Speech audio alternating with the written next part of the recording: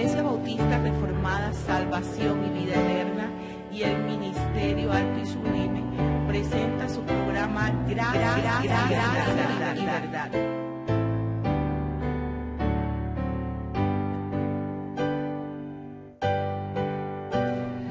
La Iglesia Bautista Reformada Salvación y Vida Eterna y el Ministerio Alto y Sublime presenta su programa Gracia y Verdad. Hoy, abril 8 de 2017. Buenas tardes, damos la bienvenida a todos y cada uno de los oyentes de esta su emisora Radio Tropical de la cadena radial La Libertad. Le voy a pedir al hermano Libaski que por favor nos inicie en oración. Bendito Dios que estás en los cielos, eres grande y soberano, oh Dios, eres clemente y misericordioso, eres el Rey de todo el universo, pero al mismo tiempo eres nuestro Padre, oh Dios. Te damos gracias por este espacio que nos brindas para compartir y traer tu palabra, oh Dios. Te pedimos humildemente que crees vida a través de esta palabra que estamos compartiendo, Señor. Crea vida, Señor, a través de este momento, de este espacio. Y te pedimos, Señor, que nos guíes en cada una de las enseñanzas que vamos a dar. No permita, Señor, que saquemos de contexto lo que tú has dicho, sino que nos apeguemos fielmente a lo que tú quisiste enseñar. Todo esto lo pedimos en el nombre de tu Hijo amado Jesús. Amén y amén. Y amén.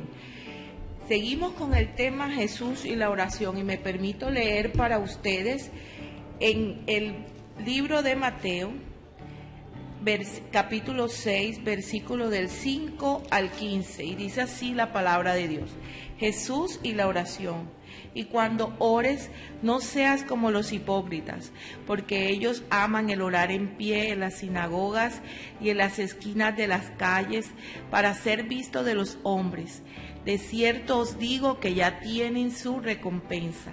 Mas tú, cuando ores, entra en tu aposento y cerrada la puerta, ora a tu Padre que está en secreto, y tu Padre que ve en lo secreto te recompensará en público.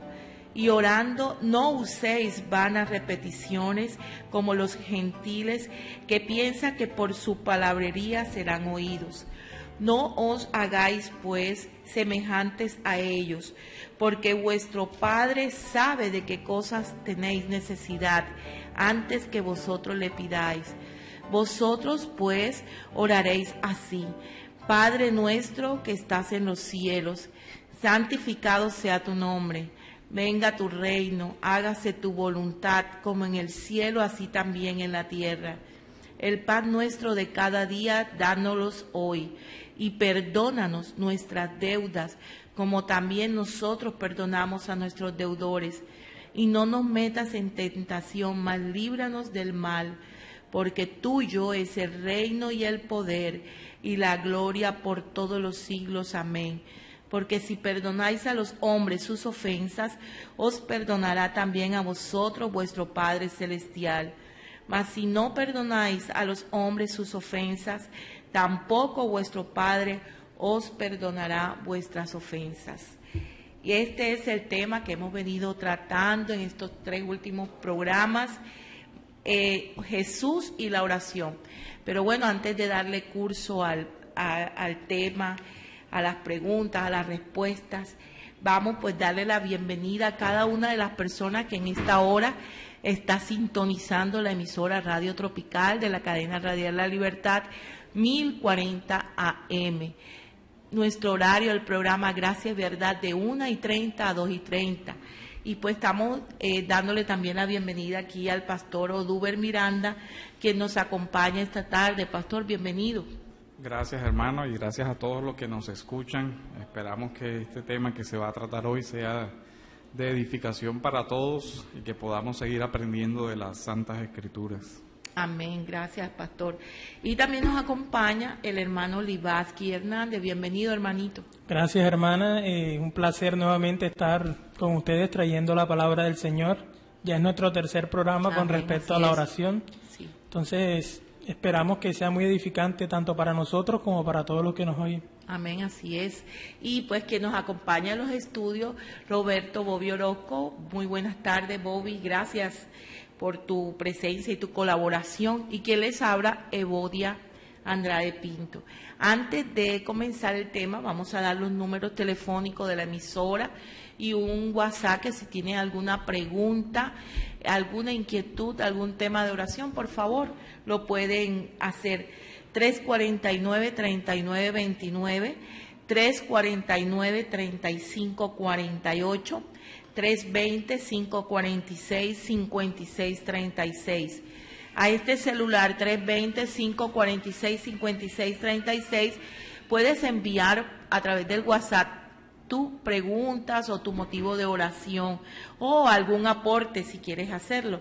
349-3929, 349-3548. Bueno, entonces sí vamos a el desarrollo del tema. El sábado pasado estuvimos compartiendo casi pastor hasta donde dice: venga tu reino, hágase tu voluntad como en el cielo así en la tierra. Se dividieron más que todo como en 6 peticiones, ¿verdad? Entonces estuvimos ahora pues vamos, el pan nuestro de cada día, dice la palabra, dánoslos hoy. ¿Qué quiere decir el pan nuestro de cada día? ¿Se debe tomar muy literalmente, Pastor Oduber? Sí, es importante notar que esta petición está casi que en el centro de la oración del Padre Nuestro, y ha habido mucho debate sobre qué es lo que significa. Un principio sano de interpretación de la Escritura es que esta debe ser entendido en el sentido literal. Y cuando hablamos de literal no estamos hablando de un literalismo, sino que estamos hablando de que, a menos que sea muy claro y evidente, el sentido primario de las palabras es el que debe respetarse. En este sentido, cuando el texto está hablando de pan, pues está hablando de pan en nivel de comida, de alimento, en una descripción del sostén de la vida del hombre. Entonces, ahora, si bien es cierto, cuando nosotros vemos esto, también debemos entender que el ser humano no solo es sostenido por el alimento material. Así que la implicación es que, en un sentido, Dios sostiene el hombre a nivel físico, por medio del alimento físico. Pero también otros textos de la Escritura nos hablan, por ejemplo, de que no solo de pan vivirá el hombre. Así es. Digamos que la existencia del hombre no solo tiene una dimensión material. El hombre, al igual que comida, necesita amor, necesita un sentido en la vida, necesita una esperanza. Todo eso también hace parte de un alimento del ser humano. Pero aquí en este texto está hablando de la dimensión física del pan, sin que eso deje de poder relacionarse con lo otro que va a venir a pedirse, como el perdón, como la vida espiritual y todo lo demás. Amén, hermano Olivar. Sí, ciertamente el programa anterior habíamos dicho que estas 6 peticiones tienen 2 divisiones. Las 3 primeras hablando acerca de Dios, su reino, su santo nombre, su voluntad. Y estas 3 inician con las necesidades nuestras, pero no podemos tomarlas como 2 divisiones separadas, porque viene en secuencia. Porque si el creyente está interesado en santificar el nombre de Dios, en ayudar, en cumplir con la obra del reino y en hacer la voluntad del Rey, también es consciente que él necesita lo necesario para poder subsistir y poder aplicar todas estas peticiones que él ha hecho al principio. Entonces, algo que llama también el interés con respecto a lo del pan, es que cuando se dice el pan nuestro de cada día, hay muchas traducciones que se dice como el pan diario, el pan para lo que necesitamos, pero hay una traducción que dice el pan para nuestro sostenimiento. Entonces vemos que también hay una idea clara en el tema de la necesidad del pan.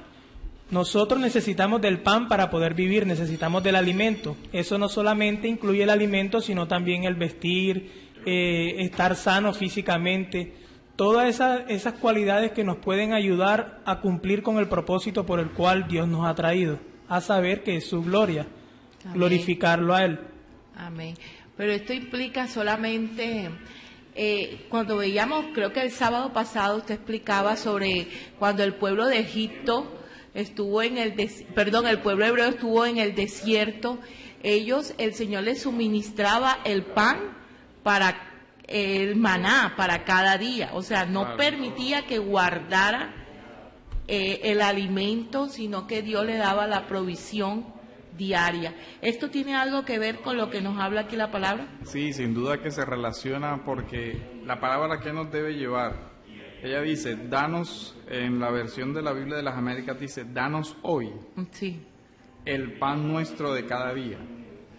Sí. Entonces, miren lo interesante que es, el hombre está suplicando en humildad por la provisión que día a día debe venir de parte de Dios. Es decir, todos los días nosotros debemos encomendar nuestra vida al cuidado de Dios para que Él nos provea. Y eso es una reminiscencia del cuidado que ya ha tenido Dios del pueblo en otras partes de la Escritura, donde Él es el que da alimento y donde Él es el que da provisión. Es más, desde Génesis, Dios es el que en el Edén dice que dio el huerto y dio todas las cosas para el hombre. O sea que las cosas materiales son un don de Dios también. Pero habría que resaltar otro aspecto. Eso no quiere decir que el hombre no tenga la responsabilidad de su trabajo. Claro. Lo que quiere decir es que el hombre debe emplear todas las fuerzas que Dios le ha dado y los medios que Dios le ha dado, pero en últimas, la bendición del alimento y del sostén y de todo también tienen que ver con el cuidado que Dios tiene. Es Dios quien está suministrando al hombre todo lo necesario para su vida. Y eso demuestra, eso es un aspecto de la paternidad divina, o sea, de lo que venimos hablando de Padre Nuestro, de que Dios es el que está proveyendo para sus hijos. Pero desafortunadamente uno escucha frases como que dependiendo de lo que yo como, si de lo que yo gane de mi trabajo. O sea, como que ahí, dependiendo de mi fuerza y de lo que humanamente yo logre hacer. Sí, y vemos que no se tiene en cuenta la parte del reino de Dios en estos casos. Por ejemplo, cuando al final dice, porque tuyo es el reino y el poder y la gloria para siempre jamás. De Dios es todo y de Dios proviene todo. Entonces, Dios es quien nos sustenta a nosotros y Él es quien nos provee. Y lo hace de forma integral. El texto también nos hace girar hacia observar otro aspecto importante, y es que la espiritualidad cristiana no desconoce la importancia del cuerpo ni de las cosas materiales dentro del desarrollo del ser humano. Entonces, si uno ve, las otras peticiones son porque venga tu reino, porque se santifique el nombre de Dios, por hacer la voluntad de Dios, por el perdón, por la reconciliación, en fin, son aspectos de la vida espiritual, pero sobre todo tiene que ver con la vida del hombre en su dimensión terrenal, porque el pan viene de la tierra. Entonces es la provisión del hombre que Dios le da por medio de las cosas naturales. Pero ¿quién hace germinar? Dios. Entonces Dios es el que da en últimas el alimento. Por eso muchas de las oraciones que conoció incluso el pueblo judío dice, bendito sea tu Señor que haces germinar, porque realmente es un misterio cómo una planta crece y se desarrolla dentro de la tierra, y hay muchos procesos ahí que son donde vemos la providencia y la mano de Dios. Pero ahí confluyen muchas cosas. El pan nuestro de cada día, que nos lleva a que el ser humano debe depender diariamente y constantemente de la buena voluntad de Dios para con él. Amén, amén. Hermano Olivaski. Claro, una de las enseñanzas que nos da este pasaje acerca del pan es llevarnos a una total dependencia de Dios como nuestro Padre. Lo que decía usted es muy cierto, a veces la persona se llena de orgullo diciendo, esto que tengo es porque yo lo he conseguido, yo he trabajado fuerte y es lo que yo me merezco. Pero ciertamente, como decía el pastor Oduber, aún las personas muy ricas, que para alimentarse ellas dependen de muchos otros factores, como lo es la condición del suelo, los efectos climáticos, incluso también la propia salud, porque puede que tengan el alimento, pero una enfermedad puede impedirle Que coman que ese coman alimento, realmente. claro. Entonces hay una dependencia total de Dios, donde uno reconoce que por más que haya trabajado, lo que está sobre la mesa es total y absolutamente gracia de Dios. Amén. Pastor, cuando habla de el pan nuestro de cada día, parece como si nos estuviéramos limitando a pedir únicamente el de ese día. ¿Será que Jesús enseñó o trató de enseñar a sus discípulos, a nosotros, a ser moderados en nuestras peticiones, en nuestros deseos?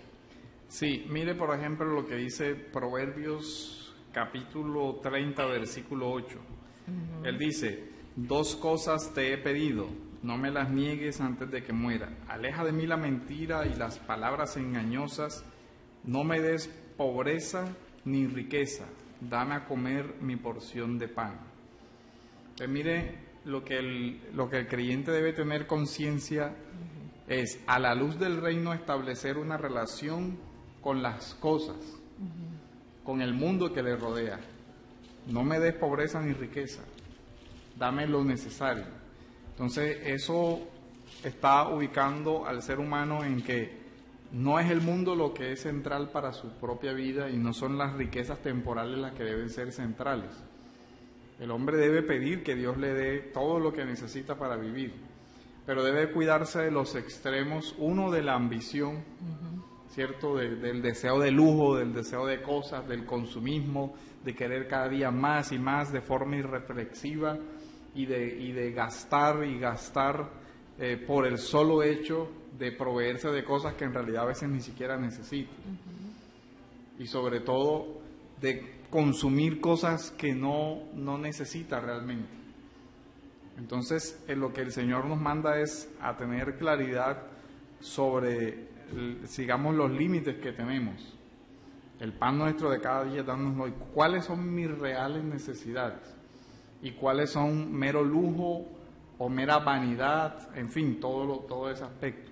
Y el texto, por ejemplo, de Proverbios dice: no me des ni pobreza ni riqueza. Ahora, ni pobreza, ¿por qué? Dice: riqueza porque no sea que me sacie y te niegue y diga quién es el Señor. O sea, es la misma tentación a la que el pueblo de Dios se enfrentó cuando entró a la tierra, donde el Señor les dice: no sea que cuando entres digas, mi mano y mi poder me han dado esto. Aquí es lo mismo. Cuando el hombre tiene riquezas, tiende a poner en ellas su confianza y creen que esas riquezas son las que le proveen las necesidades. Yo tengo esto porque yo tengo dinero, y de alguna forma en ese dinero se construye una seguridad. Pero el Señor nos está diciendo: realmente dependes de mí y no te olvides de quién realmente es el que te provee. Entonces el texto nos habla de que cuando a veces una persona tiene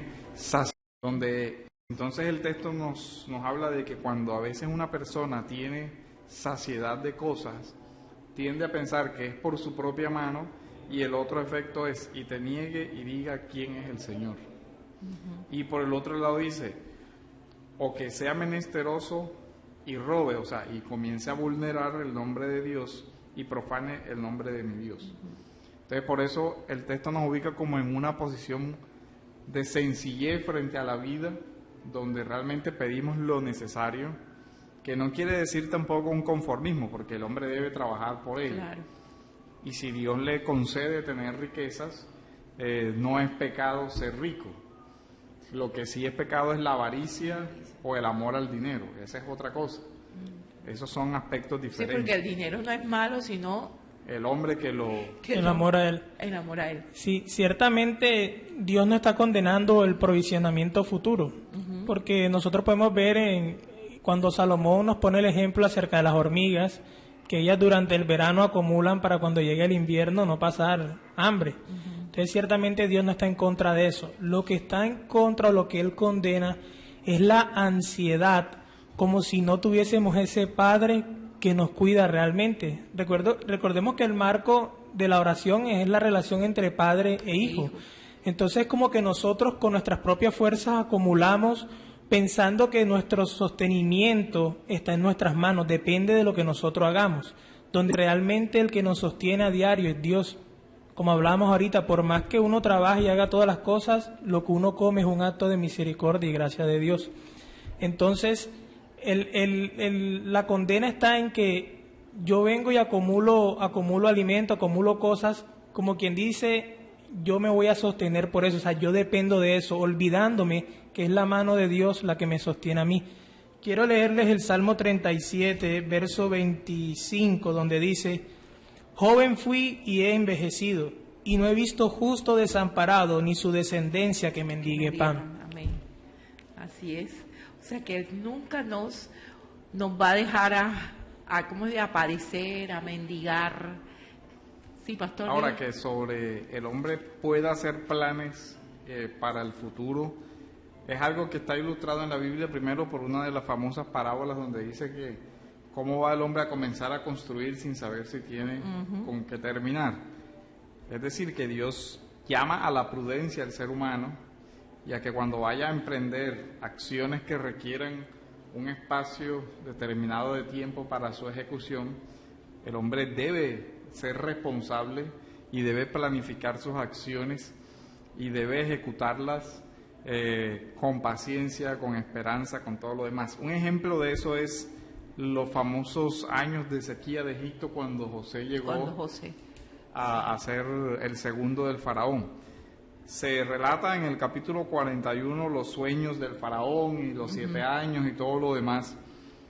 Y desde el versículo 31, José comienza a explicarle el sentido de los sueños al faraón y le dice: y se conocerá la abundancia en la tierra a causa del hambre que vendrá, que será muy severa. Y en cuanto a la repetición del sueño a Faraón 2 veces, quiere decir esto que el asunto está determinado por Dios y Dios lo hará pronto. Ahora pues, busque Faraón un hombre prudente y sabio. Es decir, que en la administración de nuestros bienes tenemos que ser prudentes y sabios. Eso no es lo que el texto está diciendo, como desentiéndete de todo, que Dios te dará la provisión. Eso no anula de ninguna forma el hecho de que debemos ser prudentes y sabios, y póngalo sobre la tierra de Egipto, o sea, ponlo como administrador. Igual nosotros somos administradores de nuestros bienes y debemos actuar con la misma prudencia y sabiduría con lo que Dios nos dé. Haga esto Faraón, nombre intendente sobre el país, y exija el quinto de la producción de la tierra de Egipto en los 7 años de abundancia. Hay un ejercicio de provisionarse antes, pensando en lo que va a suceder en el futuro. O sea, saque una quinta parte. Una quinta parte de la abundancia para proveer para la escasez. Sí. Entonces, lo que está condenando aquí el texto es que en lo que hemos almacenado esté nuestra confianza. Sí. Y no en Dios. Por eso el ejercicio del maná que Dios le dijo, Dios dio una orden específica, dice, recoge para cada día. ¿Por qué? Porque Dios mismo es el que estaba asegurando todos los días tendrás. La provisión, así es. Pero Dios mismo en esa les dio una excepción, dice, el día de reposo, el día antes al día de reposo, vas a recoger para este día y para el día de reposo, para que ese día no tengas que salir a buscar. Sí. Entonces, no es que Dios esté impidiendo que el hombre provea para su futuro o que el hombre planifique. Lo que el hombre no puede es pretender hacer esos planes sin contar con la voluntad divina. Así es. En Santiago también nos da otro ejemplo, cuando nos dice que el rico decía, alma mía, ¿cuántos bienes tienes? Haré esto, haré lo otro y haré tal. Y el Señor le dice, necio, hoy mismo vienen a quitarte tu vida y lo que has almacenado, ¿para quién será? Entonces, esos son los dos extremos a los que la Escritura está señalando. No nos está prohibiendo el pedir el pan nuestro de cada día, ser responsables, ser diligentes y planear un futuro. Prudente, sabio. Ser prudente, dice, y que ellos recojan todos los víveres de esos años buenos que vienen, o sea, ahorrar para el futuro no está mal. Así es. Y no es una desconfianza en el pan nuestro de cada día, dánoslo hoy. Pero si nuestra confianza está en eso que tenemos ahí es donde está el problema. Dice, y almacenen en las ciudades el grano para alimento bajo la autoridad de Faraón y que lo protejan. Y que los víveres sean una reserva para el país durante los 7 años de hambre que ocurrirán en la tierra de Egipto, a fin de que el país no perezca durante el hambre. Entonces vemos cómo nosotros tenemos que hacer una lectura integral de la Escritura, una lectura sistemática de la Escritura, para que cuando veamos una instrucción sobre algún aspecto en particular, no lo convirtamos en un todo sin tener en cuenta los otros aspectos claro, de la Escritura a la que la Escritura nos llama. Sí. Claro, dos aspectos a los que nos lleva también este texto. Primero, la humildad, porque no es una exigencia. No es decir, Dios mío, tienes que darme el pan, tienes que darme el sustento, no. Es una total humildad reconociendo que Dios ciertamente es nuestro Padre, pero recordemos que Él está en los cielos, Él es el Rey del reino, y siendo ese Dios soberano, en Él está enteramente la autoridad para darnos o no darnos. Entonces uno tiene que dirigirse con humildad. Recordemos que cuando hablábamos en el primer programa acerca de entrar en tu aposento y todo esto, donde uno dimensiona realmente ante quién está.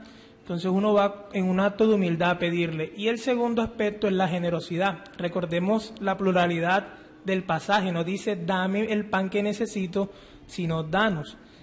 Aquí también en esa parte nosotros debemos incluir la petición por las necesidades de la familia completa, o sea, de cada uno de los creyentes, porque al igual que nosotros, todos los demás creyentes tienen necesidad.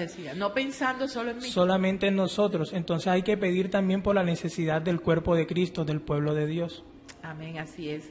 ¿Tiene otra cosa, pastor? Sí, ese punto es muy importante porque, de hecho, muchas de las peticiones que ya hemos visto en el Padre Nuestro son plurales. Así es. Son que implican que nos incluyen a todos. Sí. Entonces, danos hoy. Danos, o sea, es un plural donde ahí en esa petición va implícita fraternidad, pensar en el hermano, va implícita solidaridad, porque si Dios me dio a mí y yo tengo cómo darle al hermano que tiene necesidad, también debería ayudar, y sería una forma como Dios responde la oración de esa otra persona. Así es. Cuando yo puedo dar de lo que Dios me ha dado, también estoy compartiendo un don de Dios y estoy extendiendo la misericordia, el amor y la gracia que Dios ha tenido conmigo. Entonces es importante que siempre se vea la importancia de ver cómo la fraternidad juega un papel central en la oración. Así es, la unidad, el amor. Así es. Bueno, seguimos. Y perdónanos nuestras deudas. Otra petición dice, como también nosotros perdonamos a nuestros deudores. Si ya hemos sido justificados por la obra expiatoria de Cristo, ¿por qué debemos todavía orar pidiendo perdón? Sí, claro. Hay un malentendido con el tema de que se piensa que el hecho de que yo he creído en Cristo y he sido justificado, ya yo no peco más. Así es. O sea, ya no hay posibilidades de yo pecar, y dicen que la Biblia dice que el que nace de nuevo, el que es de Cristo, él ya no peca más, y así realmente no es la enseñanza que nos da la Biblia. Una cosa es pecar y otra cosa es practicar el pecado. La formulación en la historia de la Iglesia que se dio fue el simul justus et peccatore, que quiere decir simultáneamente justos pero pecadores. Sí. Entonces, la base de nuestro perdón diario es la obra de Cristo. A eso no se le puede añadir ni se le puede agregar más nada. Nosotros hemos sido justificados una sola vez y para siempre. Esa justificación no se ve afectada por cualquier pecado que cometamos, porque cuando Cristo realiza su obra, Él no solamente estaba perdonando los pecados de aquellas personas que habían cometido en ese momento, sino los que iban a cometer también después de su muerte. ¿Y qué se deja para nosotros que estamos 2000 años después? Nosotros hemos pecado después de la obra de Cristo. Entonces ciertamente es una obra donde totalmente todas nuestras faltas están cubiertas. Nosotros, siendo pecadores, somos declarados justos. Así es. O sea, que cubre todos los tiempos, a pesar de los 2000 años que pase, y y a toda la persona que quiere, pues que reciba a Cristo, ¿no? Claro. Cierto. Pero entonces, ahí hay una diferencia y hay un malentendido entre lo que es justificación y lo que es la santificación. Cuando uno entiende... ¿Qué es justificación? Exacto, y la necesidad de la santificación nos damos cuenta que es porque sí hay pecados diarios en nuestra vida. Incluso nosotros pecamos todos los días. Así es. Aquí se ha repetido lo que es justificación varias veces, pero siempre es bueno como que recordar qué es la justificación. Le toca aquí al pastor Oduber. Sería muy bueno de pronto, es que es bueno siempre recordar eso, tener claridad, qué es la justificación, pero muchos dicen, he sido justificado por Cristo, pero ¿y qué es? Le pregunta. Bueno, la palabra justificación tiene una connotación primero judicial. En el texto, por lo menos, o en el libro de los Romanos, nosotros vemos que hay una especie de estructura de juicio en los primeros capítulos, donde uno ve en el capítulo 1, el Señor hace una lista de pecados de los gentiles, y en una de esas le dice, bueno, ¿y qué tienen que decir en su favor? Como quien dice, defiéndanse. Ya esta es la lista de los pecados, ahí incluye homosexualidad, incluye todo tipo de idolatría, perversiones y todo lo demás. Después le dice, ¿qué tienen que decir? Ellos dicen, no, pero es que nosotros no conocíamos la ley de Dios. El Señor les dice, pero la creación misma da testimonio. En Romanos 18 dice, su eterno poder y su divinidad se hacen claramente visibles por medio de las cosas hechas. Luego no tienen excusa. Después sale una lista de pecados en capítulo 2 sobre los pecados del pueblo judío, del pueblo de Israel. Dice, bueno, y ustedes tienen la ley, conocen los profetas, tienen todo esto y no lo cumplen. Entonces, al final del capítulo 3 se da una sentencia, dice, por lo tanto, ninguno tiene excusa. Todos han sido destituidos de la gloria de Dios. Todos están bajo la condenación. Entonces, estando en esa condición de condenación, ¿qué sucede con esos pecados por los cuales el hombre ha sido condenado? Dios los redime o los perdona, no declarando al que es culpable e inocente, sino que le perdona la pena a la que ha sido condenado.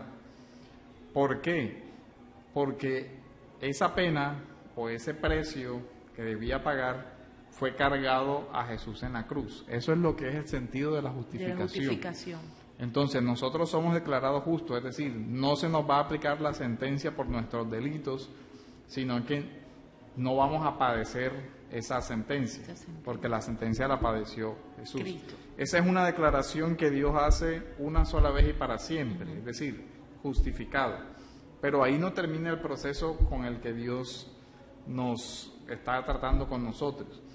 Además de no contarnos nuestros delitos, además nos cuenta a favor nuestro la justicia de Cristo.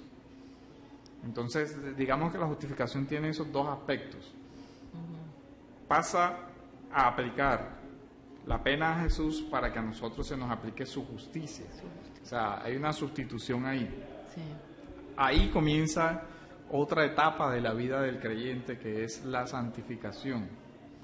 Mientras que la justificación es un proceso inmediato, que sucede una sola vez en la vida del creyente, la santificación es un proceso progresivo hasta que el creyente llega a la segunda venida de Cristo, a la resurrección, a la entrada al reino. Sea que cuando el Señor vuelva lo resucite o si está vivo, Dios lo transforme. Pero ese proceso de santificación nunca acabará en el creyente, siempre estará vigente y siempre estará el remanente de pecado que vive en el ser humano dándole la posibilidad de que peque y ceda a la tentación. Y cuando eso sucede, entonces el creyente debe ir como un hijo a su padre para pedir perdón. Es importante que acá vemos que mire algo, cuando usted peca contra su padre, no deja de ser hijo. ¿Cómo ocurrió con el hijo pródigo, pastor? Sigue siendo hijo, Ajá. pero la relación ha sufrido un quebranto. Sí. Entonces, en ese sentido, lo que provee la oración es que esa relación quebrantada entre un padre y un hijo vuelva a restaurarse. Por eso hay que estar pidiendo perdón, claro, día a día, de los pecados que se van cometiendo. Y eso va siendo también parte del proceso de disciplina del Señor, de crecimiento, de madurez, todo lo demás. Entonces es importante que esa oración se vea en el contexto relacional. Hay un pasaje que nos puede ilustrar el tema de la gravedad del pecado y el tema de nuestra relación con Dios. Se encuentra en Primera de Juan, capítulo 1, versículo del 4 en adelante. En Primera de Juan, capítulo 1, el verso 4, nos dice: estas cosas os escribimos para que vuestro gozo sea cumplido. Entonces, en la relación de padre e hijo, recordemos que hay un gozo mutuo. Nosotros nos deleitamos en Dios, y se acuerda cuando el pastor Jesús nos decía que Dios también se deleita en la salvación de sus hijos. Así es. Entonces, la relación entre Dios y nosotros, entre padre e hijo, es una relación de gozo. Hay un gozo que fluye en esa comunión.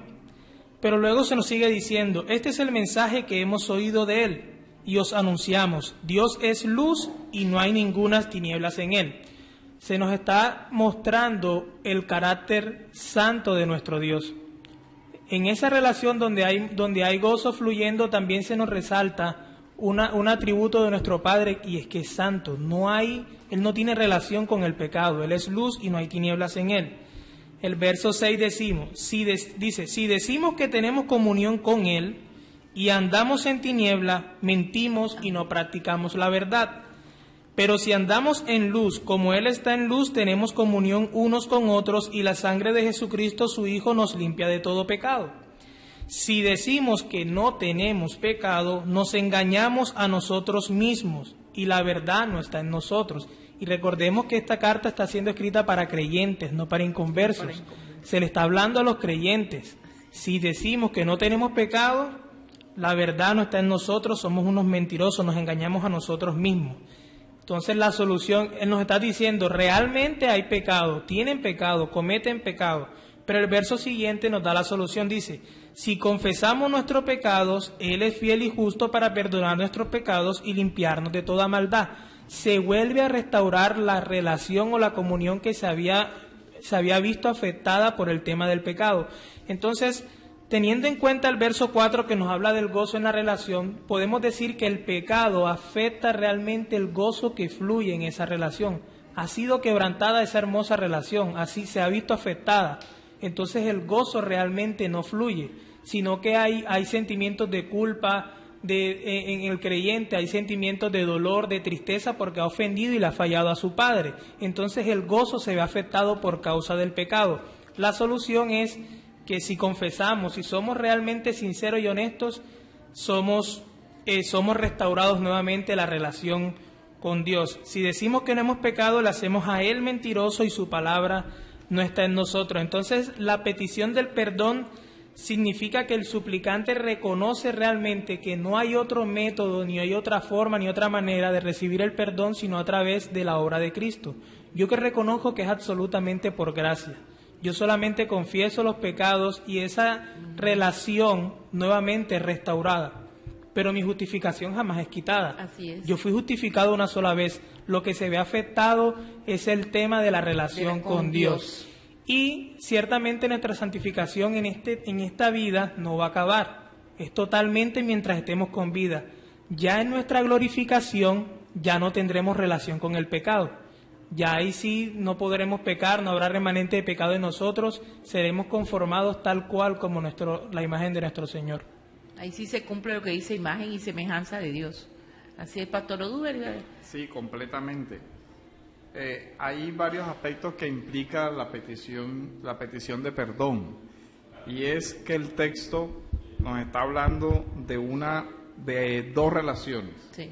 Porque él dice: perdónanos nuestras deudas como también nosotros hemos perdonado a nuestros deudores. O perdónanos nuestros pecados como también nosotros perdonamos a aquellos que han cometido pecados contra nosotros. Entonces miren que esa petición une una relación con Dios y una relación con el prójimo. Con el prójimo. Inevitablemente la oración nos enfrenta a ambas relaciones. Cuando yo me voy a dirigir a Dios, yo tengo que también tener en cuenta las otras relaciones en las que yo estoy involucrado. Y el Señor nos llama, si vienes a pedirme perdón a mí, debes también, si es necesario, pedir que Dios te conceda que perdones a otros, que yo te ayude a perdonar, pero no puedes resolver solo una de las relaciones. O sea, ahí estamos, Dios nos está condicionando para ser perdonados. Pastor. Dios está exigiendo del Ajá. ser humano que perdone, que no guarde rencor, que no guarde deseos de venganza. O sea, hay muchas cosas ahí. Si yo pido perdón a Dios y Dios me ha perdonado sin ninguna condición, yo no puedo condicionarle el perdón a otra persona. Porque recordemos que el perdón que nosotros recibimos de Dios no es un perdón merecido, no es por nuestras buenas obras, sino por su misericordia, por su gracia y por la obra que Él hizo a través de su Hijo. Entonces, en este sentido, el Señor está diciendo, no puedes venir a adorarme a mí si tú no has puesto las cosas en orden.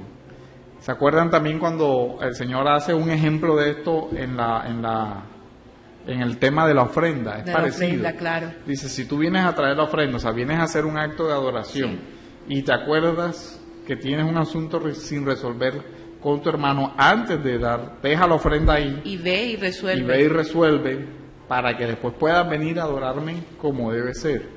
O sea, el Señor, digamos que el perdón de Dios es incondicional, pero tiene exigencias para el creyente. Porque acuérdese que aquí ya estamos hablando de un creyente. Es decir, este no es un acto que yo voy a hacer para que Dios me perdone, para tener el mérito para que Dios me perdone, porque el Señor me perdona por la obra de Cristo, por todo lo que hemos explicado, por la justificación y de la relación. Ya yo estoy en el contexto de una relación y por lo tanto yo, mientras estoy en una relación con mi Padre, no puedo estar en otro tipo de relación con mis hermanos. Eso sería como que no incongruente. Incongruente, así es. Con una petición de perdón, lo cual vuelve a unir la fraternidad de forma muy especial en la adoración, porque recordemos que todos nos estamos acercando al Padre Nuestro. Entonces no nos podemos acercar todos al Padre Nuestro odiándonos entre nosotros así los es. hijos. O sea, eso no sería como consistente con... Sí, como decir, yo amo a Dios y eso, pero la relación con los demás, ¿dónde se muestra ese amor de Dios, ese perdón que Dios tuvo conmigo? Y miren que esto está en el versículo 12 como petición. Sí. Y en el versículo 14 hay una repetición de esa exigencia. Porque si perdonáis a los hombres sus ofensas, dice ahí, os perdonará también a vosotros vuestro Padre Celestial. Y el 15 dice, mas si no perdonáis a los hombres sus ofensas, tampoco vuestro Padre os perdonará vuestras ofensas. Claro, es que realmente no quiere decir que la base de mi perdón está en que yo perdone a otro. Eso realmente no es. O sea, que yo tengo que perdonar a este para que Dios me perdone, no. Sino por cuanto Dios me ha perdonado a mí, yo perdono a los que me ofenden. Esa realmente es la idea del texto. No, yo no necesito dar frutos para ser un árbol después. Primeramente debo ser un árbol para poder dar frutos. Es como el tema de la salvación. Yo no soy salvo por las buenas obras, yo no soy salvo, sino por cuanto he sido salvo, yo tengo buenas obras. Es la demostración, el resultado de eso que hay en nosotros. Entonces, si nosotros verdaderamente hemos sido perdonados por Dios, nosotros perdonamos y ofrecemos misericordia ante aquellos que nos ofenden. Y esto va basado en el principio del amor. Si nosotros recordamos en el capítulo 5, versículo 43, de ahí mismo del Sermón del Monte, Jesús dice, oísteis que fue dicho, amarás a tu prójimo y aborrecerás a tu enemigo. Ciertamente, Jesús lo que está citando, él tiene en mente es Levítico 19, cuando dice que amarás al prójimo, pero la Biblia no decía, o sea, la ley no decía que aborreciéramos a nuestro enemigo, sino que ellos, ¿qué hicieron los judíos? Ellos dijeron, bueno, nuestro prójimo somos solamente nosotros. Entonces nosotros solamente nos tenemos que amar entre nosotros. Los extranjeros no merecen nuestro amor. Entonces también sucede eso en los creyentes. No, yo solamente tengo que amar al creyente. Yo no debo mostrarle amor ni misericordia al inconverso. Y eso es absolutamente contrario a lo que enseña la Biblia, porque Jesús luego en el verso siguiente, o sea, Él les está diciendo, sí, ustedes escucharon eso, o sea, ustedes han sido mal enseñados, ustedes han distorsionado la enseñanza de la Escritura, pero yo os digo, o sea, Él viene a poner en orden lo que ellos habían sacado de contexto, y Él dice, pero yo os digo, amad a vuestros enemigos. Él no dice solamente a vuestros hermanos o a vuestros prójimos, sino que dice a vuestros enemigos, bendecid a los que os maldicen, haced bien a los que os aborrecen y orad por los que os ultrajan y os persiguen. Aquí en esta petición se está diciendo, Señor, perdona nuestras ofensas como también nosotros perdonamos a los que nos ofenden. Se trae a la oración a aquellos que nos han ofendido, no para traerlo como muchas veces se piensa para que Dios tome venganza. Señor, aquí traigo a fulanito, fulanito, fulanito, mira lo que me han hecho, Señor, yo quiero ver que tú vengues lo que ellos me han hecho. No, el principio es mostrarles amor. Ellos me han ofendido, pero la muestra del amor, de la correcta, la muestra de ese nuevo nacimiento, de esa regeneración en el creyente, es una muestra de amor y bondad, que es lo que dice el Señor. Bendecid a los que maldicen, y bendecid es tener un deseo por el bien o el bienestar de aquella persona. O sea, yo debo desear. No solo decir, yo te bendigo, como muchas exacto. personas dicen, ¿verdad? Yo debo, exacto, no es una frase, sino hay un deseo, algo que proviene del exacto, corazón. Un deseo real de querer ver el bien a nuestro enemigo, y en ese bien yo lo hago orando. Él dice orar por nosotros. Ahora, ¿qué clase de bien es? Algunos dicen, bueno, sí, él me ofendió, él me la debe, yo no le digo nada, allá el que le vaya bien.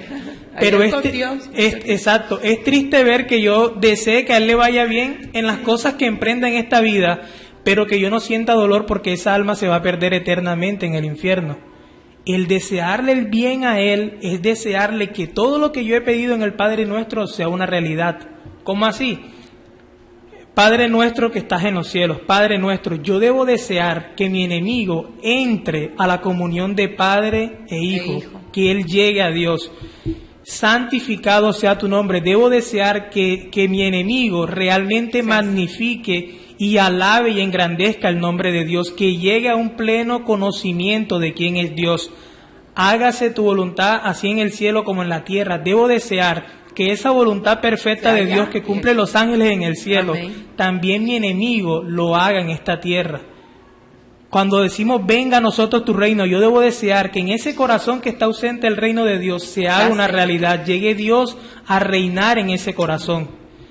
También cuando hablamos de nuestro pan, de nuestras necesidades, debo pedirle a Dios, orar, porque mi enemigo tenga todo lo necesario para que él pueda cumplir con el propósito al cual Dios lo ha llamado en sus caminos.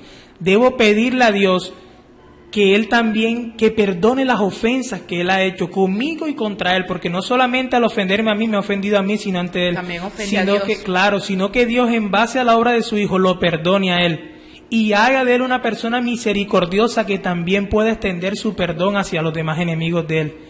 Y por último, debo pedirle que lo guarde del mal, que lo guarde. Entonces, todas estas peticiones del Padre Nuestro las debo pedir realmente para nuestro enemigo.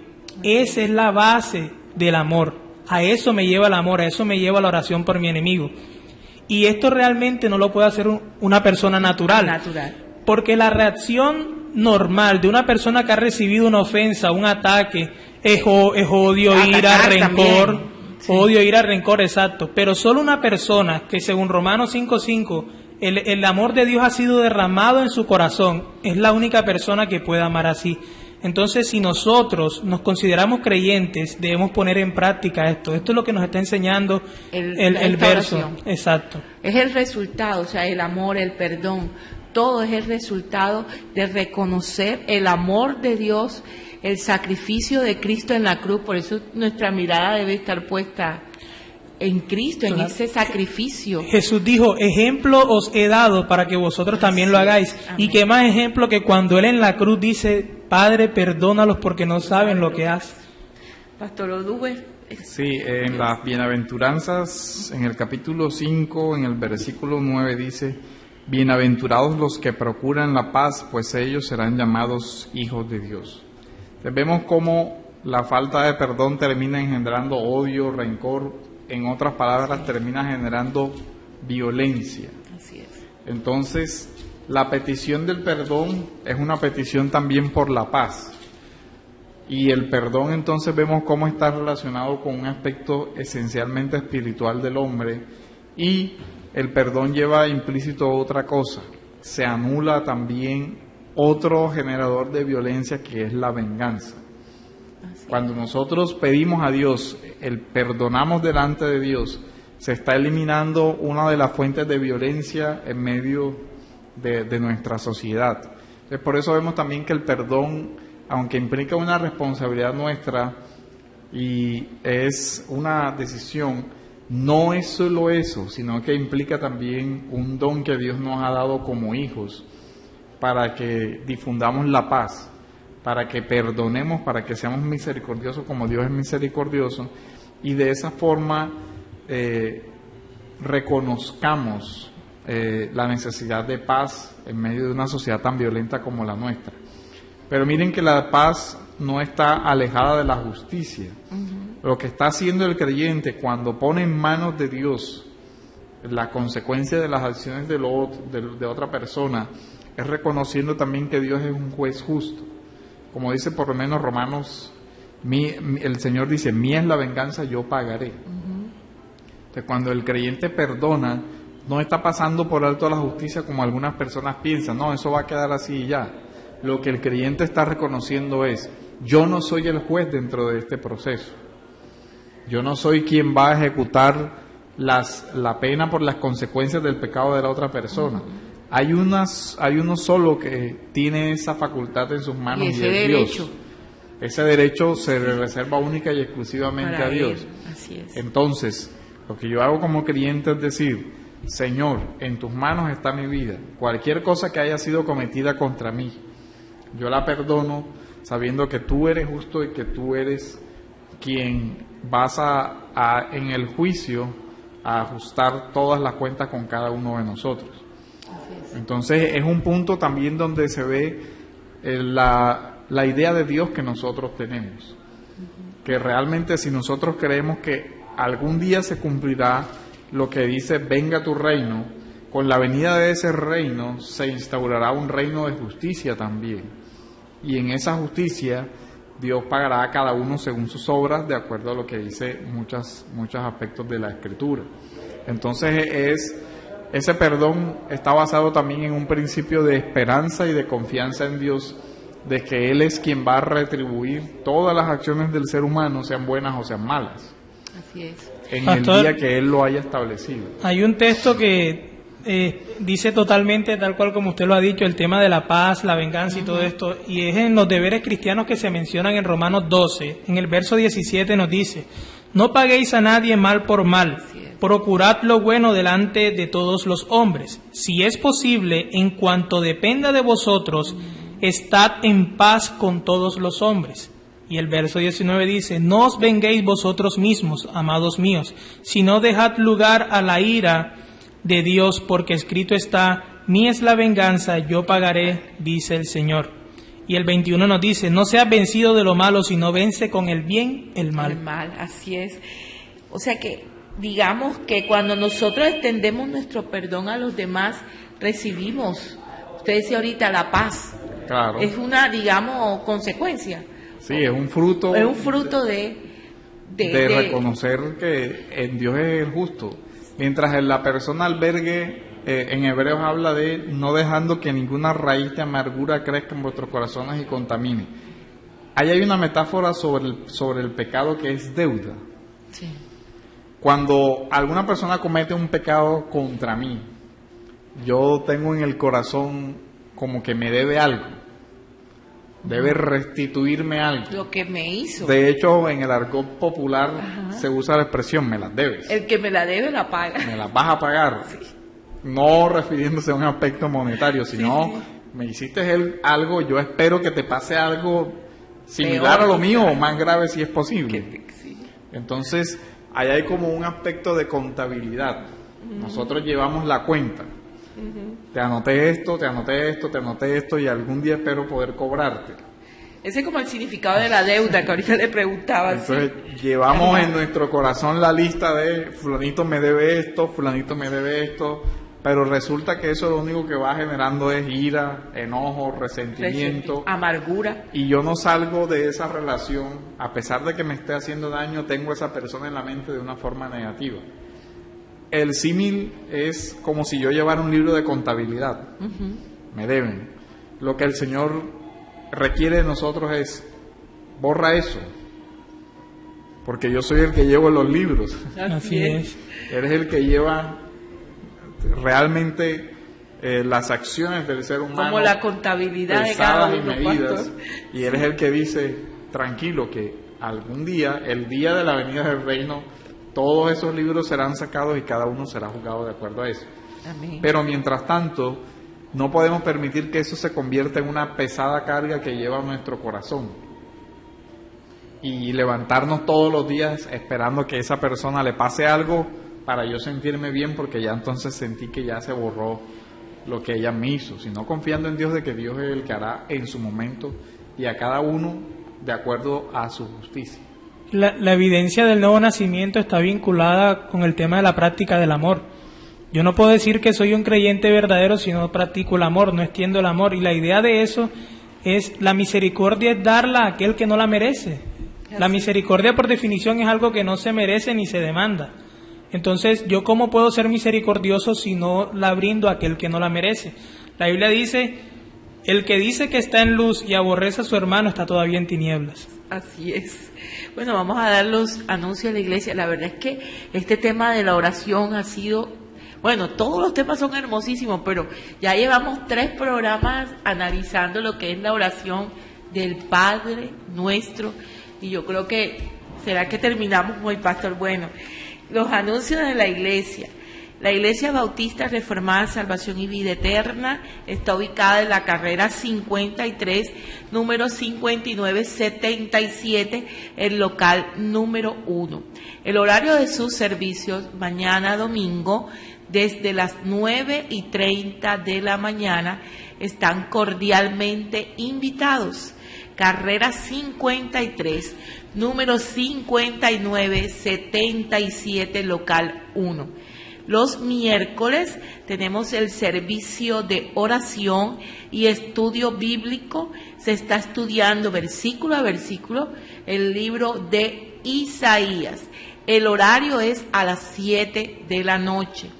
Tenemos los discipulados los días martes y jueves a las 7 de la noche. Y ahora se está haciendo los domingos a las 2 de la tarde. Se está estudiando sobre la Confesión Bautista de Londres de 1689. Les recuerdo la dirección de la iglesia, carrera 53, número 5977. Están cordialmente invitados. Y aquí se está tratando estos temas en la iglesia. Cada palabra, yo les digo que impresionante, salimos pero bien edificados en el estudio bíblico, en el sermón, en la confesión de pecados. Yo les invito, amados oyentes y hermanos, a que vayan a la iglesia. Y dice, bueno, y también por las redes sociales, en YouTube, pueden ver este programa y los anteriores, solamente marcando Alto y Sublime. Y también pueden entrar ahí en YouTube, en Google, buscando con el nombre de la iglesia Bautista Reformada Salvación y Vida Eterna, y encontrarán las prédicas y los estudios de la escuela dominical. Bueno, y también la iglesia está invitando a una conferencia, Plantación de Iglesias. Es dirigida especialmente para líderes y pastores los días 2 y 3 de mayo, en el horario de 2 a 8 de la noche, de 2 de la tarde a 8 de la noche. Son 12 horas, 6 días el 2, 6 horas el 2 y 6 horas el 3 de mayo. El conferencista es el reverendo John S. Schwab, me disculpan el inglés porque sirve como el secretario general para el Comité de las Misiones y de la Extensión de la Iglesia en OPC. ¿OPC, pastor, qué es? Es la Asociación Presbiteriana de Iglesias. Ah, ok, bien. La OPC. Asociación Presbiteriana de Iglesias. Este pastor es graduado, este siervo es graduado en el 2006 del Seminario Teológico Presbiteriano Reformado en Pittsburgh. Fue el pastor fundador de la Iglesia Presbiteriana Ortodoxa Misionera en San Paulo, ¿sí? Y este seminario va a hacerse en la Iglesia Salvación y Vida Eterna, carrera 53, número 5977, y el valor son 50,000 pesos. Así que también están cordialmente invitados. Bueno, seguimos con nuestro tema.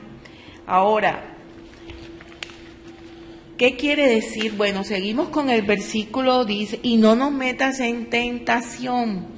Dice, mas líbranos del mal, porque tuyo es el reino y el poder y la gloria por todos los siglos. Amén.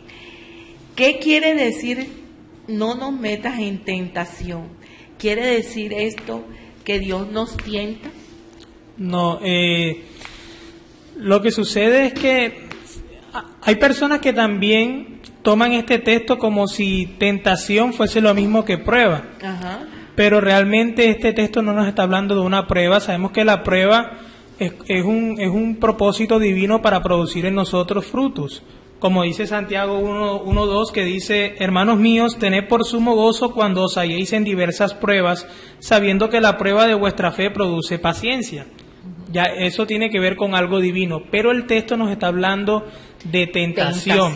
Y es la misma idea, dice, no nos dejes caer en tentación, no nos metas en tentación y líbranos del mal o del malo. Entonces realmente lo que está uniendo es el tema de que, es la parte positiva y negativa. Líbranos del mal, líbranos del malo, no nos dejes caer en la tentación, no nos metas. No se está diciendo que Dios nos mete en tentación, porque el mismo Santiago en el mismo capítulo 1, en el verso 13 dice, cuando alguno es tentado, no diga que es tentado de parte de Dios, porque Dios no puede ser tentado por el mal, ni él tienta a nadie. Entonces, la Biblia descarta explícitamente que Dios tiente a alguien. Recordemos que nosotros somos tentados por nuestra propia concupiscencia. Entonces, el tema aquí no es que Dios nos tienta, que Dios nos mete en tentación. Lo que nosotros estamos es reconociendo, pidiéndole a Dios de que Él sabe cuán frágiles somos, cuán débiles somos, ante la tentación de quién, del malo al cual le estamos pidiendo a Dios que nos guarde de él. Recordemos que la Biblia muestra a Satanás como el tentador, lo presenta. Entonces, lo que se está diciendo es, Dios mío, permite que yo pueda andar en santidad contigo. Guárdame, Señor, de cometer pecados. No quiero seguir pecando, no quiero seguir quebrantando tu voluntad. Ayúdame a serte fiel, ayúdame a vivir piadosamente, a cumplir tu voluntad como le hemos pedido nosotros en la tercera petición. Ayúdame a poder cumplir tu voluntad. No permitas que en la esfera de la tentación yo caiga, sucumba ante ella, sino que ayúdame a permanecer fiel. Y reconocemos que no es por fuerzas nuestras, sino Él. Que no nos permita caer en eso. Y si hay algo que nos conforta es el tema cuando dice que el Señor no va a permitir que seamos tentados más allá de lo que podamos. Fuerzas. Exacto.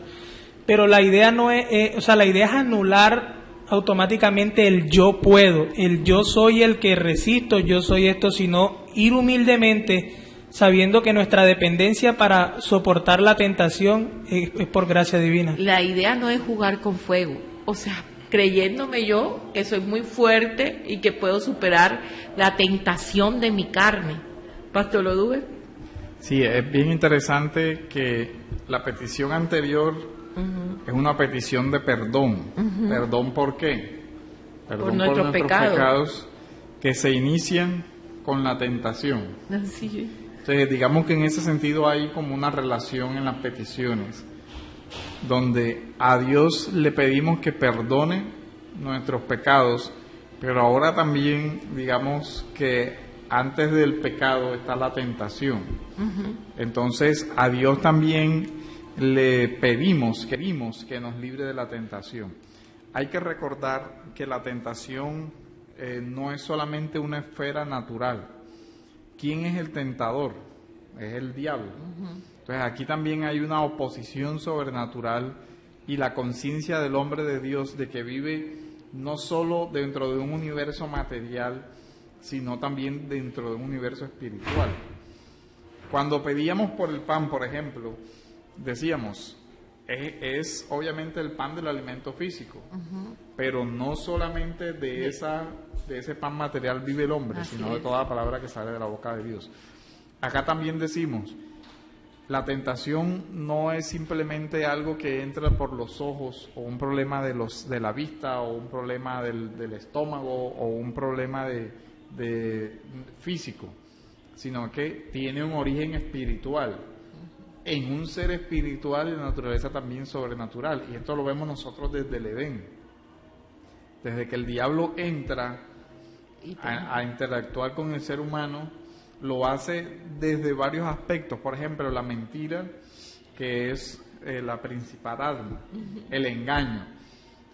Dentro de esta petición está englobado eso, que el Señor nos permita tener la claridad de nuestra mente para ver realmente lo que es el ataque de Satanás y lo que es la tentación. Si uno va al relato del Génesis, lo que primero ataca el diablo es la autoridad de Dios, la voluntad divina. Con que Dios les dijo esto, no lo hagas, no obedezcas. Entonces miren cómo van relacionados la tentación con la voluntad de Dios. Entonces el hecho de sacarnos de la esfera de Satanás implica estar dentro de la esfera del reino de Dios, y la única forma es estar dentro de su voluntad. Entonces la tentación es rechazar cualquier cosa que no esté de acuerdo a esa voluntad divina.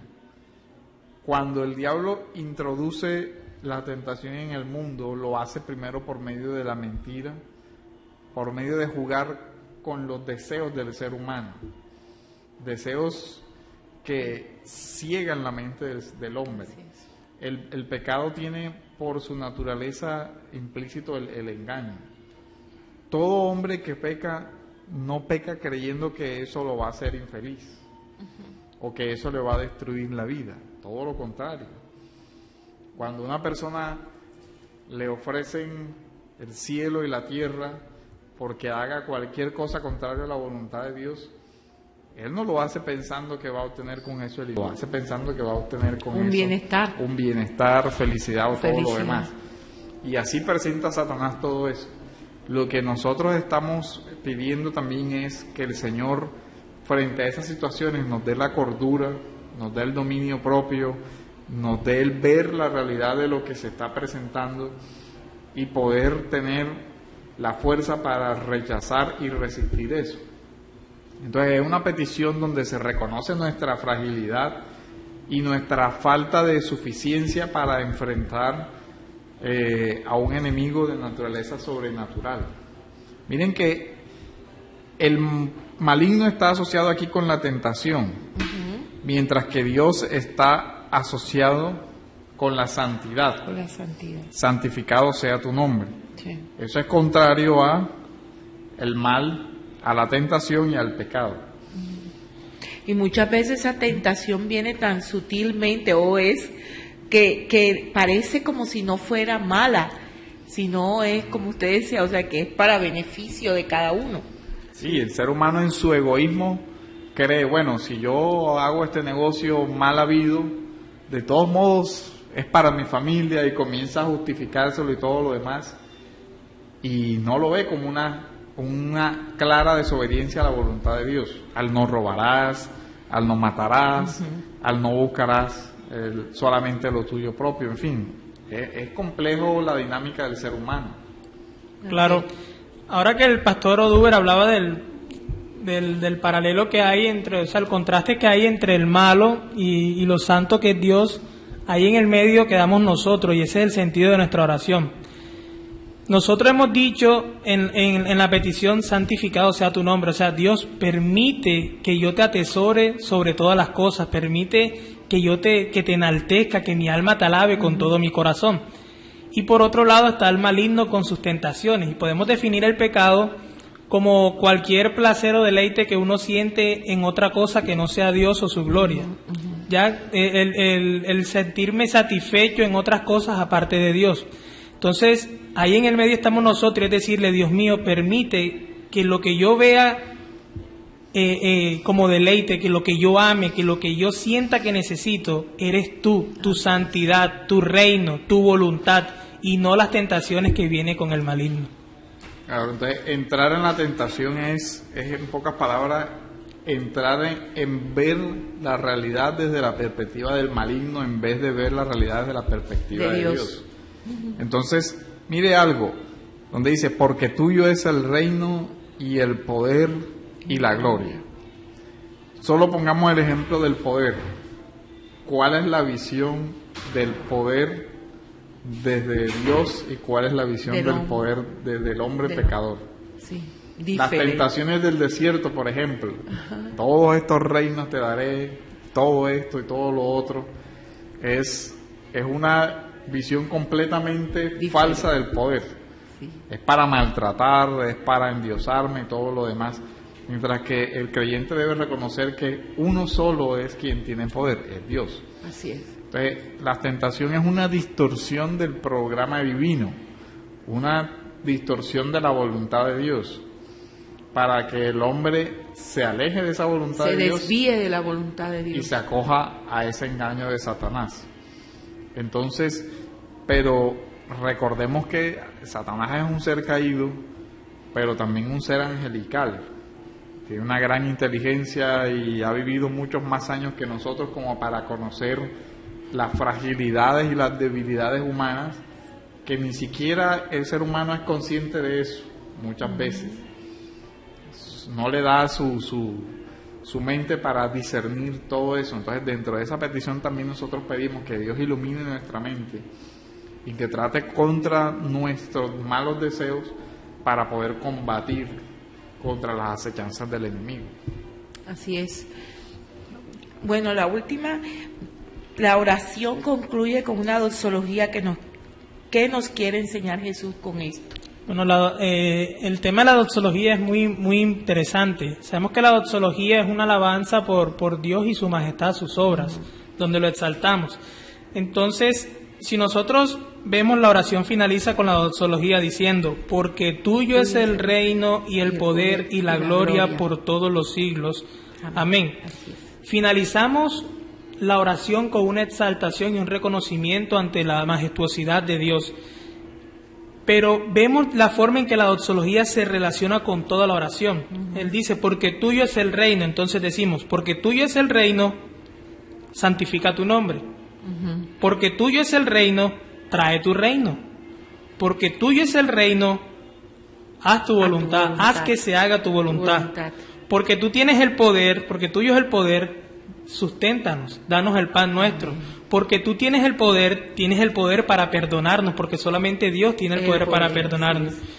Sí. Porque tú tienes el poder, líbranos del mal, porque solamente tú puedes hacer eso. Y eso nos lleva totalmente a reconocer que la gloria es de Dios. Esa es la finalidad de la doxología, reconocer el derecho soberano y la autoridad de Dios en todo eso. Pastor. Hay que ver que todo Mateo, y en especial esta oración, está en perspectiva del reino.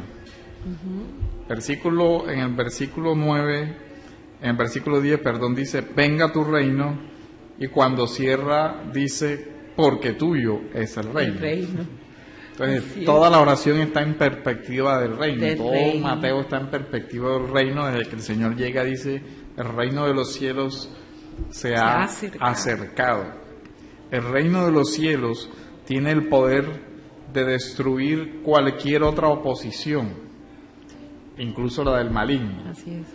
Entonces, con la venida del reino, con la venida definitiva del reino, acuérdense que estamos pidiendo en la primera petición, venga tu reino, y lo que implica la venida del reino es la perfección de todas las peticiones anteriores. Cuando el reino de Dios venga, la voluntad de Dios se ejecutará perfectamente, así como en el cielo, en la tierra. Cuando el reino de Dios venga, no habrá hambre, no habrá injusticia, no habrá ninguna necesidad, porque todas ellas serán suplidas por Dios. Apocalipsis dice, por ejemplo, que cuando ese reino venga, no habrá lágrimas, porque el Señor sanará todos los males del mundo. Entonces, cuando se pide que venga el reino, es una forma de pedir que todo lo anterior sea concedido de forma perfecta. Se cumpla totalmente. Aquí nosotros, Dios nos perdona día a día, pero en el reino de los cielos, cuando sea quitado de nosotros también la naturaleza pecaminosa, ya no habrá esa necesidad de perdón diario, porque nuestros cuerpos, nuestra vida será glorificada y seremos santificados, hechos a una imagen, a la imagen de Cristo, de una forma mucho más completa de lo que puede suceder hoy. Y cuando dice, y la gloria por siempre jamás, fíjese ese por siempre, es un reino eterno, donde ya no va a haber una extensión temporal, sino que seremos por introducidos en la eternidad de Dios. No dejemos por fuera la palabra final, amén. Amén. Ese amén es una reverencia donde se demuestra la sinceridad de nuestras palabras, donde hay una convicción real o sea, que nosotros hemos orado sinceramente, no hipócritamente, que es lo que Jesús viene señalando, la hipocresía. Entonces ese amén es la conclusión de que nosotros hemos orado sinceramente de corazón y con la convicción de que Dios es nuestro Padre y es Rey soberano para responder y conceder las peticiones que hemos traído ante Él. Hemos aceptado lo que está aquí, claro, en esta oración. Bueno, vamos a dar la aplicación final, y les pido pues para despedir en oración, Pastor Oduber.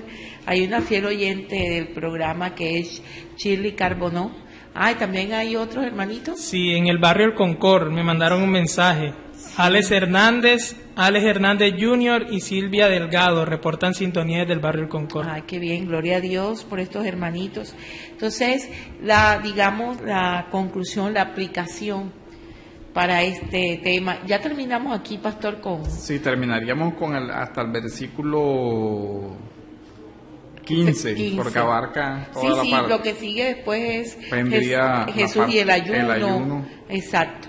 O sea, digamos que la parte de Jesús y la oración se concluye pues hoy. Entonces, saquemos pues la aplicación, Pastor Oduber, y le pido pues que nos cierren oración, y está pidiendo pues oración Shirley por sus hijos, por su hogar sobre todo. Sí, de las varias aplicaciones que vemos es obviamente la centralidad de la oración dentro de la espiritualidad cristiana. Y vemos los ingredientes que debe tener una oración sana. Reconocimiento de quién es Dios, certeza de que nuestras necesidades están en sus manos, que nosotros somos llamados a la confianza en Dios día a día, y esta oración introduce mucho la esperanza del reino de la venida. Entonces, la oración del creyente nunca es una oración fatalista, pase lo que pase y ya. Nosotros tenemos una esperanza que la declaramos cuando decimos amén, donde decimos, algún día el Señor vendrá en su santo reino, y ese día Dios hará justicia, ese día nuestros pecados definitivamente desaparecerán, ese día se cumplirá todo lo que dice las bienaventuranzas, ya no habrá hambre ni sed, ya no habrá más guerra, recibiremos misericordia, seremos limpios de corazón, veremos a Dios, habrá una paz perfecta, no habrá más persecución por causa del reino de los cielos, y seremos en definitiva de una forma completa bienaventurados. Se cumplirá ese día lo que dice el versículo 12, regocijaos y alegraos porque vuestra recompensa en los cielos es grande, porque así persiguieron a los profetas que fueron antes de vosotros. Entonces todo eso se cumplirá, y esa es la esperanza que declara el creyente cuando día a día ora, día a día pide a Dios que traiga ese reino. Y de esa esperanza nunca debemos apartarnos, sino debemos permanecer perseverando en ella. Entonces, no siendo más, oremos para despedir y darle gracias a Dios por su palabra, por todo lo que ella nos enseña. Amén. Bendito Dios, te damos gracias, Señor, porque tuyo es el poder, tu reino, Señor, vendrá y es nuestra esperanza. Gracias porque mientras eso ocurre, Señor, tú sigues sosteniéndonos cada día, dándonos todo lo necesario, guardándonos, Señor, en medio de este mundo, guardándonos del maligno, Señor, y ayudándonos a perseverar en la fe. Gracias, Señor, por este espacio, y te pedimos de verdad que haya sido de edificación y de bendición para todos los que nos oyen, Señor, para que tú hayas llamado a más personas a la esperanza del reino glorioso en Cristo, para que tú hayas edificado la vida de, Señor, de hermanos al entender un poco más de tu palabra. Te pedimos de forma especial, Señor, por Shirley Carbonó, por su familia, por su esposo y por sus hijos, Señor, que tú le sigas ayudando, que tú le sigas edificando y que tú le sigas ayudando a crecer en la fe, Señor. Igualmente, Señor, seguimos pidiendo que nos sigas concediendo este espacio y la diligencia, Señor, para poder enseñar tu palabra con amor y con verdad, para que llegue, Señor, cada día más a muchos hogares y sean iluminados, Señor, esos hogares por la presencia gloriosa tuya y por tu santa palabra.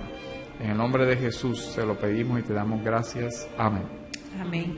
Bueno, le damos gracias a todos y cada uno de los oyentes que nos han acompañado en esta tarde, y recuerda, todos los sábados de 1:30 a 3 de la tarde, tu programa Gracia y Verdad.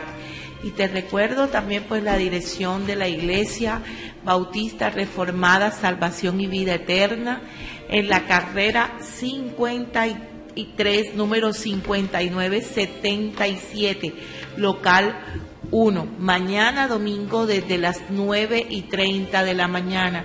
Y también que a través de este programa lo puedes ver en las redes sociales, en YouTube. O sea, uno tiene que compartir las cosas que edifican nuestra vida. A veces nos dedicamos a compartir cantidad de cosas que uno se pone a ver que no traen nada para nuestro corazón, para nuestro espíritu. Comparte este programa, comparte de la palabra que Dios nos está dando a través de este espacio, a través de los espacios que vas a encontrar en la iglesia. Comparte, porque hay tanta necesidad, y es que no solo de pan, de ese pan que habla pues del alimento, vive el hombre. Necesitamos el pan que es la palabra de Dios, que es Cristo. Él vino a darse como ese pan de vida, como ese alimento necesario. Así que comparte este programa con tus amigos, con tu familia. Entra a YouTube y vas a encontrar en Alto y Sublime este programa y anteriores. Y como te decía, vas a encontrar en la página de la Iglesia Bautista Reformada Salvación y Vida Eterna los sermones, los estudios que se hacen en la iglesia, porque a veces la palabra de Dios es cambiada de acuerdo a criterios de hombre y no lo que en realidad Dios quiere, la sola escritura. Y algo que identifica o caracteriza a nuestra congregación es que estamos basándose en lo que está en la escritura, en la palabra de Dios. Así que te invito, amado oyente, a que escuches la palabra de Dios en este programa y en los videos, las predicaciones de nuestra iglesia.